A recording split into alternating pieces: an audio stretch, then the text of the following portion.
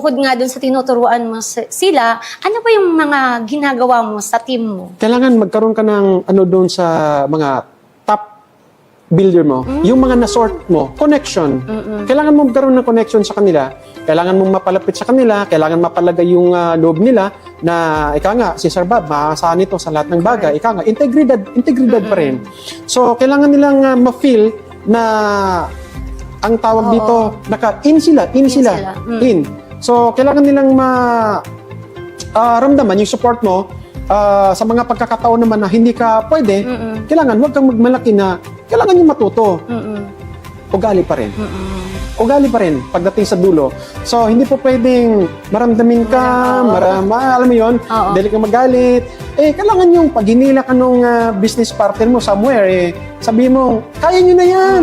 Mawawalan ng gana. Mawawalan ng gana. Kasi minsan kailangan talaga ng support ng kapwa. Kailangan talaga. Lalo pat bago. Lalo hindi mo naturuan. Lalo't hindi pa naturuan.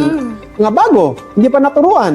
Kahit anong pilit mo, sa panahon kasi natin ngayon, napakahirap mag-build ng network. Kasi inuuna mo na yung pangangailangan sa araw-araw.